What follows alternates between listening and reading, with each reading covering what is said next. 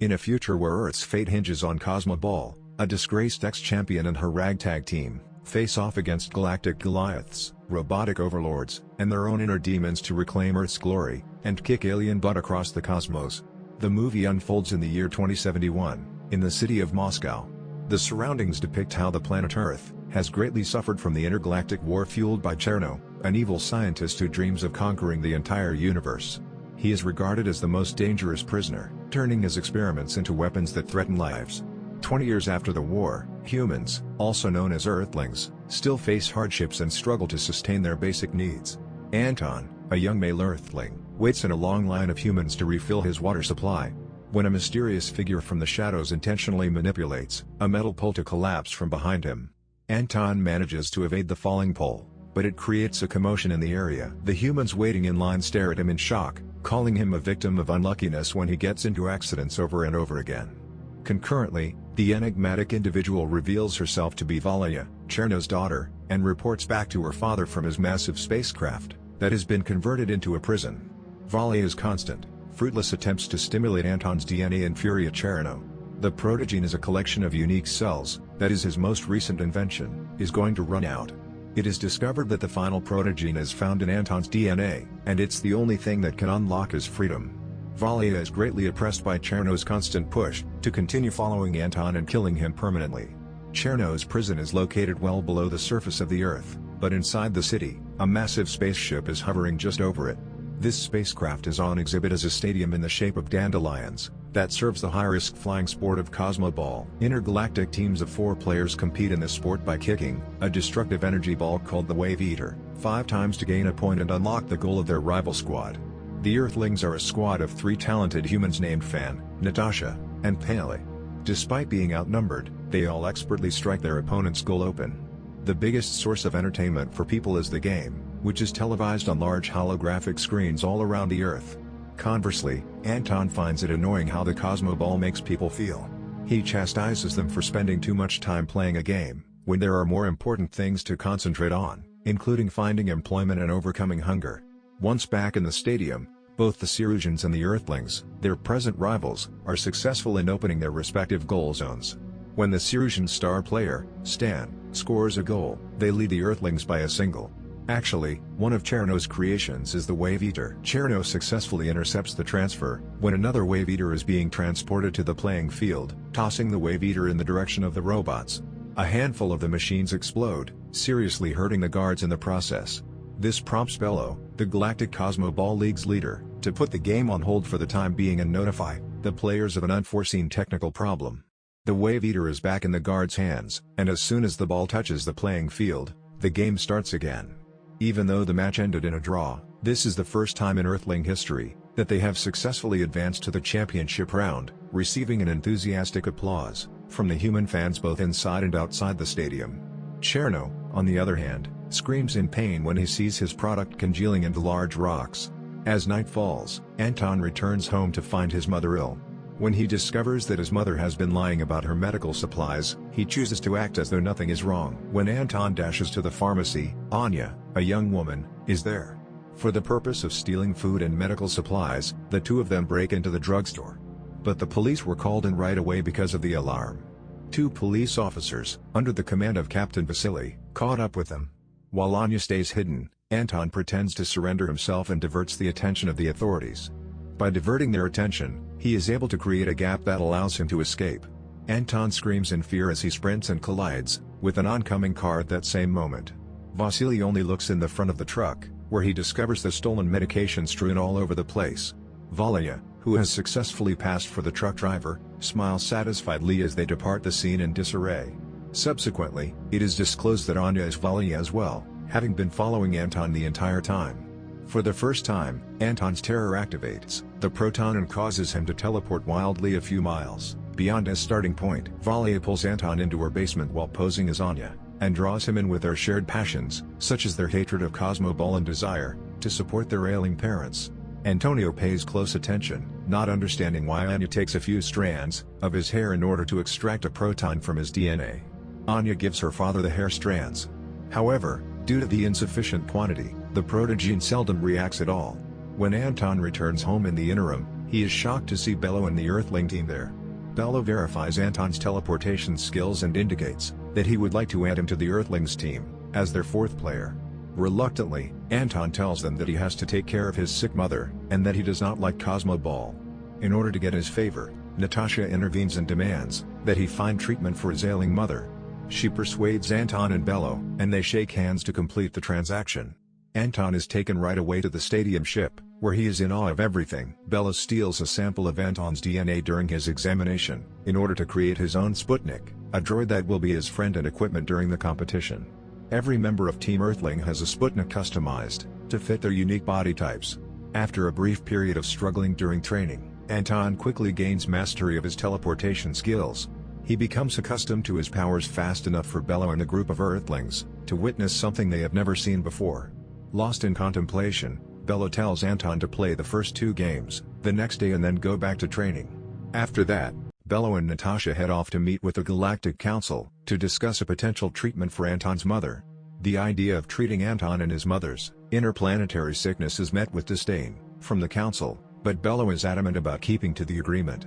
After witnessing Anton's performance on the first training day, he believes that Anton is the most talented athlete. Natasha spends time with Anton and tells him how much she loves him at every opportunity, which, most of the time, stumps Anton.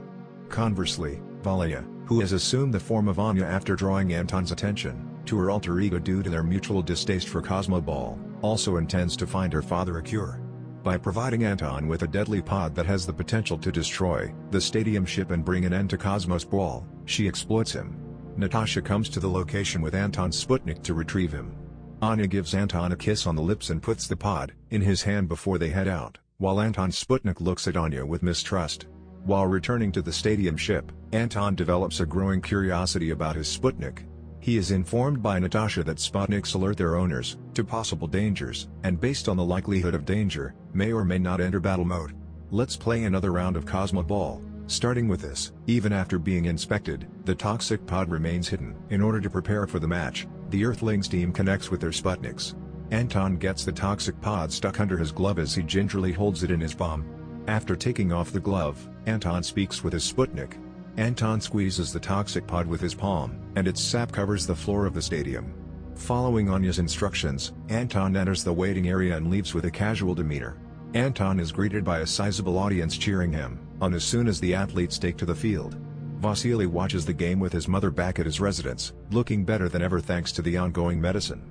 Before long, the players take their positions, and the game begins. Conversely, Anton plays the game without a thought, sitting on the ground, making him a quitter in the eyes of the viewers. In an attempt to reason with Anton, Bello interrupts the game to call him. He takes Anton through the stadium ship's full machinery. He highlights the ways in which Cosmo Ball is more than just a game. He informs Anton about the conflict, the Wave Eater, Cherno, and his most recent creation, the Proton. In the end, he tells Anton that he can give his fellow Earthlings hope despite their current circumstances, since he is an athlete. As Anton hurries back to retrieve the deadly pod he dropped, he discovers that it has already leaked into a section of the ship stadium. Anton eventually recognizes the consequences of his actions.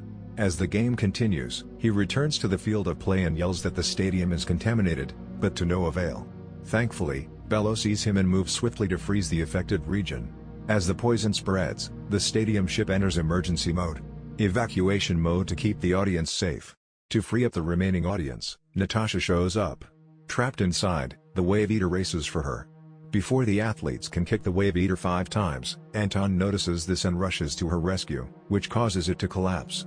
He loses consciousness after being struck by the Wave Eater, but he quickly wakes up. He walks straight to Anya in her basement, but the moment their eyes contact, she stuns him, revealing to him that she is really Valia, and she tells him how much she admires him.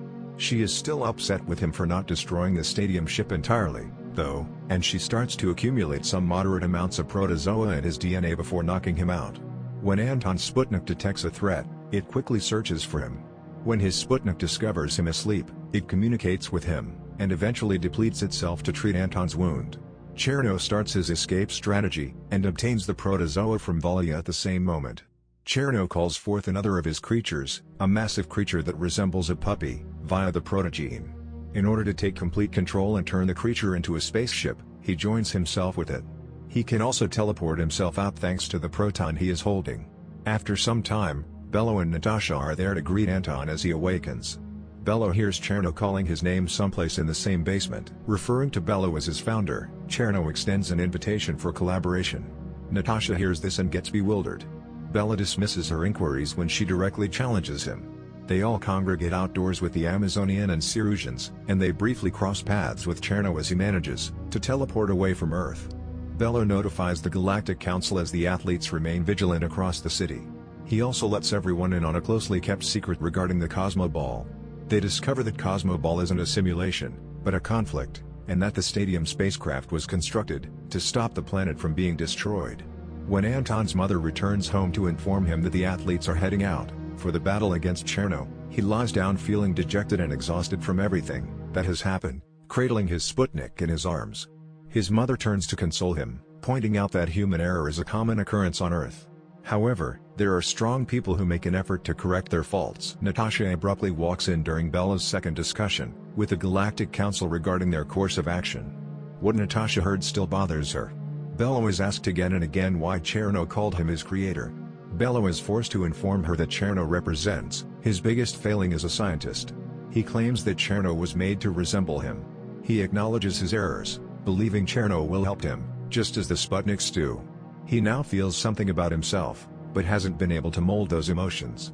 Cherno was exiled as a result of his falling out with Bello. That brought about cosmic war events 2 decades ago. Cherno is getting ready to launch his freshly developed wave eaters from his ship outside of Earth. When he returns to Valia, he gives her the order to keep the athletes from leaving the planet for as long as possible.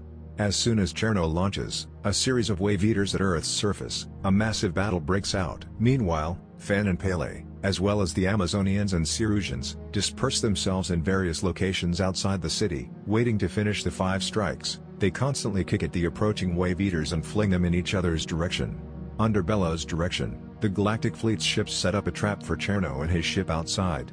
Cherno, on the other hand, destroys the ship by himself and negates the trap, which Bello and Natasha are tortuously watching. They keep going after Cherno with the Stadium ship. The athletes start to get tired while they are taking out the wave eaters.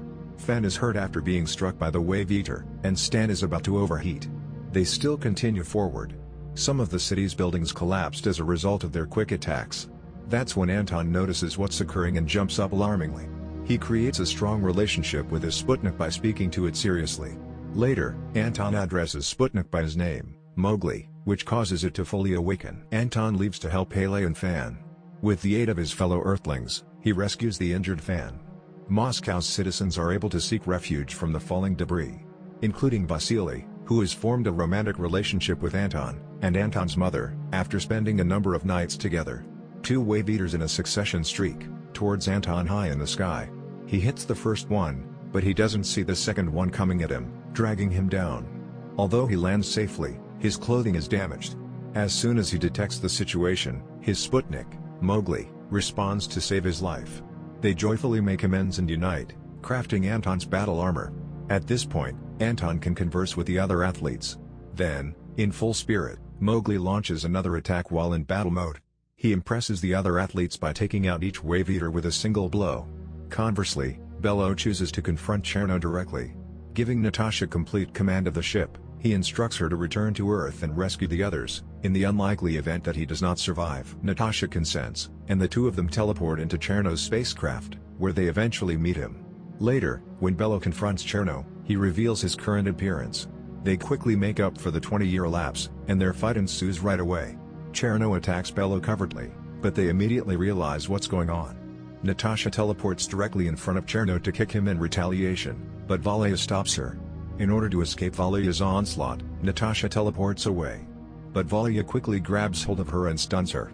Cherno charges at Bello, gloating that even though he is his creation, he has become stronger than him. In the meantime, Anton and Mowgli manage to teleport to the moon and observe its sad condition. Mowgli's alarm goes off when he detects danger close by. They make their way directly to the location, keeping Bello and Natasha in mind. Bello enrages Cherno on the ship by attacking his protozoa with ice balls. Bello attacks non-stop, while Cherno builds a massive shield to save his invention. Bello trips over an ice ball just above the shield, slamming into Cherno. Cherno's whole body gets frozen as the ice encircles him. Protogene Valia's shape shifts into Natasha's, Foreman stuns Bello after his relentless attacks, breach the shield and nearly freeze Cherno's entire creation. At this point, Valia has the upper hand. She will disable Bello and Natasha, before destroying the ice that has been ensnaring Cherno. Cherno manages to escape, and he uses his elastic gear to choke Bello. Just before he is about to kill him, he says his final goodbyes, but Anton gets there in time. Anton forces Cherno to relinquish his grasp on Bello by taking Valia as a hostage. Cherno approaches Anton and issues a challenge, acting as though he is incapable of killing Valia. He stabs Valia in the abdomen while remarking that she has never been a flawless creation. When Cherno's blade grazes Anton's gear, it pushes him hard onto the ship's lining, trapping him and preventing him from teleporting. By attempting to nullify the ship's strength with a bead of ice, Bello just about manages to divert Cherno's attention. The malevolent Cherno then points his homemade spear at Bello, instantly murdering him. Antonio seizes the opportunity to establish a connection with the ship via their shared cells. The creature, which resembles a puppy, rushes towards him with great abandon. Instead, Anton chooses to halt when he gets closer to the door and confront the thing head-on.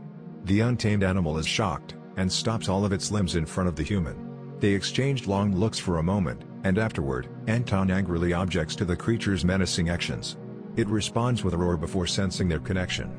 Anton presses on and touches the creature's head gently to calm it. He eventually succeeds in building the creature's trust, allowing him to separate from the ship's liner. Moreover, the animal develops feelings for Anton, which finally breaks its bond with Cherno. The creature stops listening to Cherno when he tries to resist and declares that he is the master. A huge ball of hot gas is thrown at him, and he is brutally flung from the ship, melting to death. When Natasha is freed from the trap, she regains control of her body. Together, they teleport back to Earth as Anton returns to her.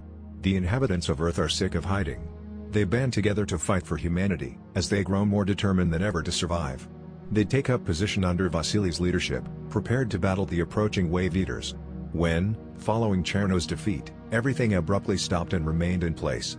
The people of Moscow shout with joy as they declare victory. After a while, Natasha's leadership improved the condition of the city.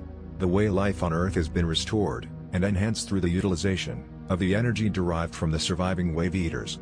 She emphasizes in her lecture that it is Earthlings' time to live, get by. The world watches it, and everyone pays tribute to Bello's sacrifice. After Natasha's speech, the Earthlings team, Mowgli, Anton's mother, his new stepfather Vasily, and the creature and he now calls Kid reunites. Movie concludes here. Thanks for watching, see you in the next video. Take care, and bye for now.